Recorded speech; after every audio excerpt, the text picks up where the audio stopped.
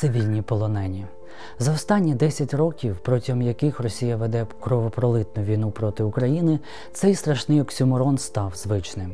Адже за всіма правилами війни забороняється брати в полон пересічних громадян, які не мають жодного стосунку до військової справи. Втім, держава-агресор давно показала, що звичаї війни, закони та конвенції для неї порожній звук.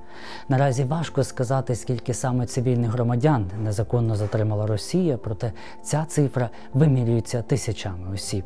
І як їх повернути, ніхто не знає. За 10 років війни Росія розбудувала широку систему викрадень цивільних мешканців на тимчасово окупованих територіях України, політично мотивованих переслідувань і репресій.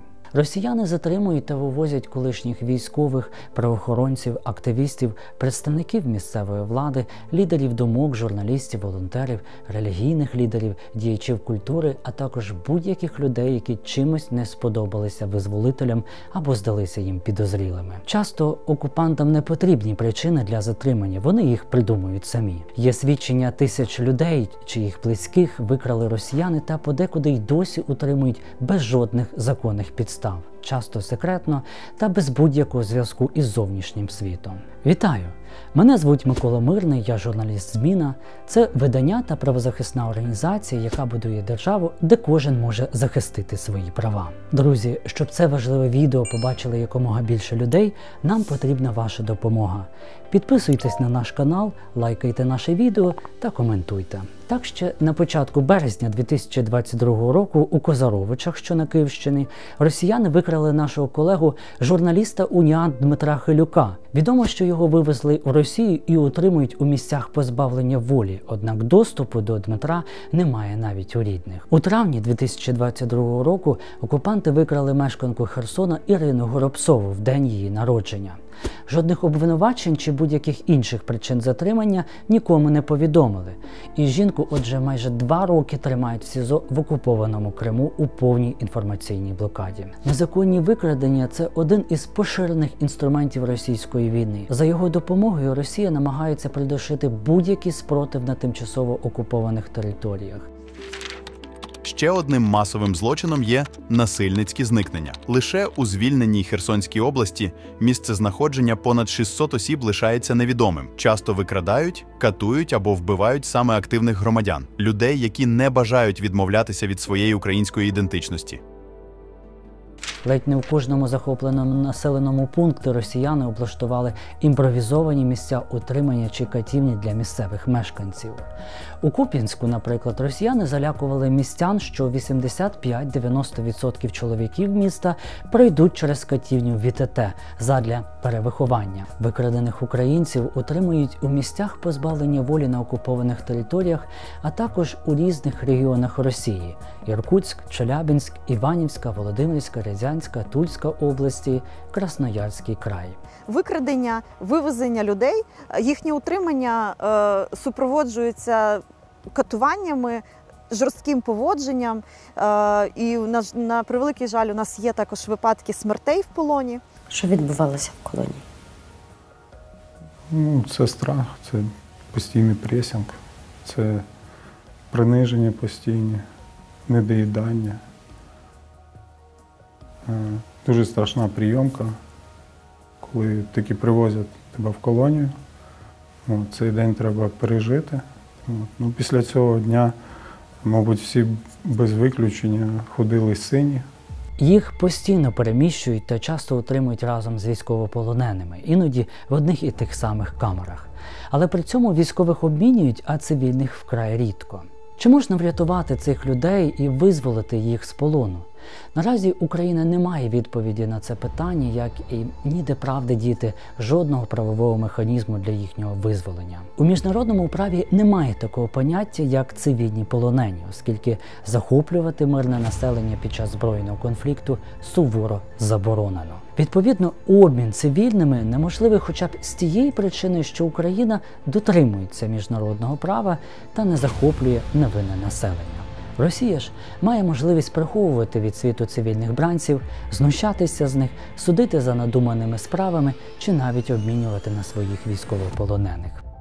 Ніхто не знає, як вплинути на країну-агресора, на Російську Федерацію. Не діють міжнародні інституції, не працює Міжнародний комітет Червоного Хреста. Продовжують в різний спосіб співпрацювати з Російською Федерацією.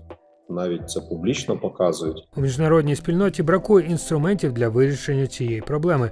Наприклад, на відміну від військовополонених, цивільних заручників не можна повернути під час обміну, оскільки це лише спонукатиме Росію викрадати ще більше людей. Нам терміново потрібні нові міжнародні інструменти для покарання за викрадення цивільних осіб і організації безпечного повернення цивільних заручників з полону додому. Україна розробила єдиний механізм для підтримки полонених та їхніх сімей. Він передбачає кілька видів допомоги – матеріальну, медичну, реабілітаційну, а також психологічну і пільги на санаторно-курортне лікування чи компенсацію самостійних витрат на це. Також передбачено вирішення правових та житлових проблем. Їхній перелік визначений у Законі про соціальний і правовий захист осіб, стосовно яких встановлено факт позбавлення особистої свободи внаслідок збройної агресії проти України та членів їхніх сімей. Та наразі багато видів державної допомоги існують лише на папері, адже більшість профільних міністерств, які мали б реалізувати норми, досі не створили відповідних постанов. Тож зараз розроблені лише механізми грошової допомоги та компенсації витрат на юристів. Зміна підготувала детальне пояснення, як отримати грошову допомогу звільненим полоненим та заручникам, а також рідним тих, хто перебуває в незаконному ув'язненні в Росії чи на тимчасово окупованих нею територіях. Міністерство з питань реінтеграції тимчасово окупованих територій України пропонує два види грошової допомоги – для тих, хто ще в полоні, та для тих, кого вже звільнили. Крім того, одноразову виплату можуть отримати рідні тих людей, які загинули в утриманні чи померли протягом року після звільнення від наслідків пережитого. Немає значення, коли саме людини схопили росіяни – до повномасштабного вторгнення чи після, і скільки часу вона перебувала в полоні – роки, пару місяців чи кілька днів.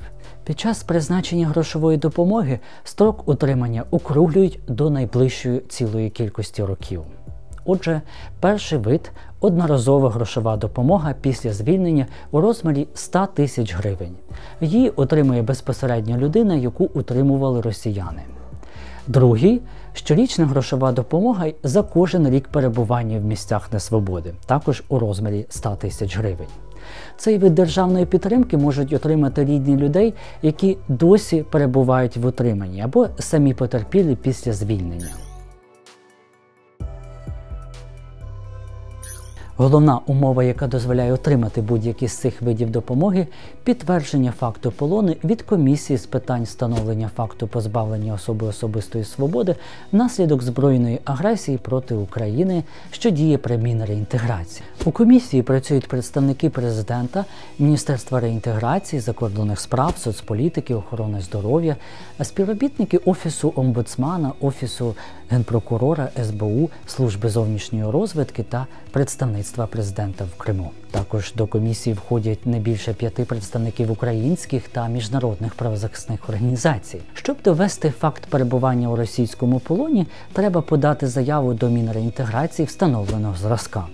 Заповнити її можуть рідні або офіційні представники утримуваних або ж самі колишні бранці після самого звільнення. До подання необхідно додати документи, що підтверджують особу та ступінь родинного зв'язку, або ж право офіційно представляти людину, яку незаконно утримують. Заява повинна містити якомога більше подробиць – дату затримання чи викрадення людини та, за наявності, дату звільнення, а також обставини та перелік дотичних осіб. Зі своєї практики правозахисники знають, що описувати потрібно максимально детально та розлого. Це спростить роботу і комісії, а також дасть їй можливість краще зрозуміти, що насправді відбулося. Світла не було, всі в нас руки були зв'язані затяжками, лиця були в кого закриті своїм капюшоном, в кого було закрите скотчем просто. Нам не давали там зовсім дивитися, але коли вони уходили на ніч, ми собі трохи з допомогою булавок розтягували затяжки і знімали, трохи піднімали одяг наверху, щоб у нас лиця були відкриті. Так ми кожним спілкувалися, дізнавалися імена, щоб на подальшому запам'ятати. Так ми знали, з ким ми там і що ми там. Часто рідні отримують інформацію про свого полоненого родича від інших заручників росіян, яких вже відпустили. Хтось сидів в одній камері, хтось чув імена інших утримуваних, хтось запам'ятав обличчя затриманих на нечастих прогулянках. Часом саме покази свідків стають вирішальними доказами перебування людини в російському утриманні. До заяви за можливості варто додати будь-які матеріали, які прямо чи опосередковано можуть вказувати на полон людини. У законі немає переліку обов'язкових документів, тож варто збирати усе, що вам може здатися корисним. Голова Кримської правозахисної групи Ольга Скрипник, яка входить до складу комісії, пояснює, чому переліку немає в законі. Не може існувати чітко визначеного переліку подібних документів, адже неможливо передбачити усі ситуації, за яких цивільні люди стають полоненими. До заяви можна додати такі документи: інформацію з Національного інформаційного бюро, витяг з Єдиного реєстру досудових розслідувань про відкриття кримінального провадження, документи, що підтверджують статус потерпілого у кримінальній справі, підтвердження перебування в полоні від Міжнародного комітету Червоного Хреста, лист від представників територіальної громади з коротким описом обставин зникнення чи затримання людини, або ж з інформацією про строк її відсутності. Будь-які мультимедійні файли, що підтверджують факт перебування в полоні, це можуть бути фото, відео, кадри з телеканалів або інтернет-ресурсів. За словами виконавчої директорки медійної ініціативи за права людини Тетяни Катриченко, яка також бере участь у роботі комісії, будь-які додаткові документи або матеріали про обставини перебування людини в ув'язненні стануть зовнішнім підтвердженням факту перебування людини в утриманні. Адже у цивільних заручників не так багато можливостей одержати докази свого утримання. Тому для кожного випадку потрібно шукати індивідуальні рішення. Правозахисники зазначають, що люди можуть звертатися до громадських організацій, які документують насильницькі викрадення, до таких, наприклад, як ЗМІ. Такі організації зазвичай мають власні бази свідчень, через які можна підтвердити різні обставини позбавлення волі. Іноді представники окупаційних адміністрацій усе ж фіксують випадки затримання цивільних осіб, і у такому разі варто збирати усі можливі довідки, витяги чи протоколи, які можуть надати окупанти. Ці ж папери стануть у пригоді для підтвердження факту позбавлення особистої свободи. Кожну заявку на встановлення факту незаконного утримання комісія розглядає індивідуально. Експерти вивчають деталі, з урахуванням власного професійного досвіду аналізують їх та виносять рішення. Кожен член комісії ухвалює його самостійно. Варто відзначити, що у наданні людині статусу позбавлення волі можуть і відмовити. Це трапляється, зокрема, через брак інформації про обставини затримання чи перебування в місцях несвободи. Проте відмова ця не остаточна, людина має змогу зібрати додаткові матеріали та надіслати оновлену заяву до Міністерства реінтеграції. Саме тому так важливо намагатися зібрати якомога більше документів та матеріалів, які б могли підтвердити обставини затримання та ув'язнення, а також містять інформацію про позбавлення волі людини. Правозахисниця Ольга Скрипник зазначає, що потерпілі чи їхні родини можуть звернутися до громадських організацій по правову допомогу. Це допоможе точніше та ефективніше підготувати подання до комісії. Отже, як подати заявку на щорічну допомогу у 100 тисяч гривень для цивільних заручників? Це можуть зробити або родичі полонених у той період, коли їхні близькі ще перебувають в неволі, або ж звільнені бранці. Для оформлення виплат насамперед необхідно заповнити заяву встановленого зразка. У ній ви обираєте, який саме тип допомоги вам потрібен, та вказуєте терміни перебування людини в полоні. До заяви потрібно додати копію документів, що засвідчують особу заявника чи заявниці, а також інформацію від комісії з питань встановлення факту позбавлення свободи. Також необхідно долучити довідку з реквізитами особового банківського рахунку, на який буде надходити допомога. Подати пакет документів можна особисто чи поштою за адресою, яку ви бачите на екрані.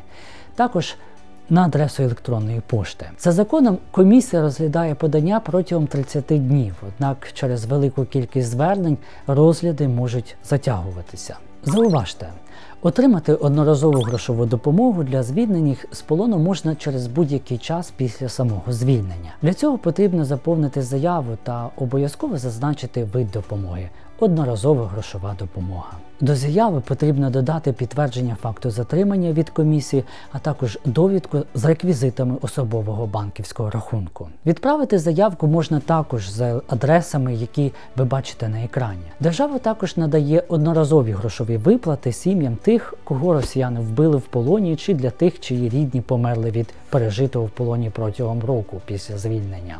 Для цього родич або законний представник загиблого чи загиблої мають заповнити заяву за формою встановленої Мінреінтеграції.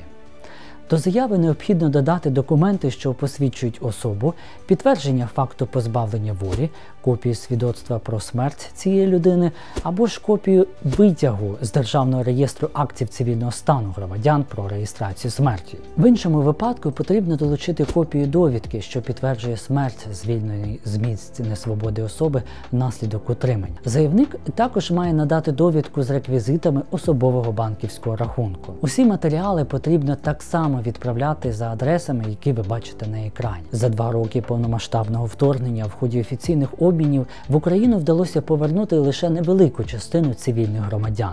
Частину окупанти відпускають в Росії чи на окупованих територіях, звідки їм доводиться добиратися на підконтрольні Україні території самостійно. У жахливому стані, худі, виснажені, з очима сповненими болю, вони потребують фізичної та психологічної реабілітації. І, звісно, ніякі гроші не зможуть повністю загоїти душевні рани від пережитого жаху. Але фінансова підтримка від держави може стати опорою на шляху до нового життя. Ці кошти сприятимуть фізичному відновленню, психологічної реабілітації та допоможуть відчути підтримку громади, що є важливим кроком до відновлення віри у майбутнє. Вони слугують як знак того, що їхні страждання визнані і що суспільство бажає їм допомогти знайти сили для нового початку.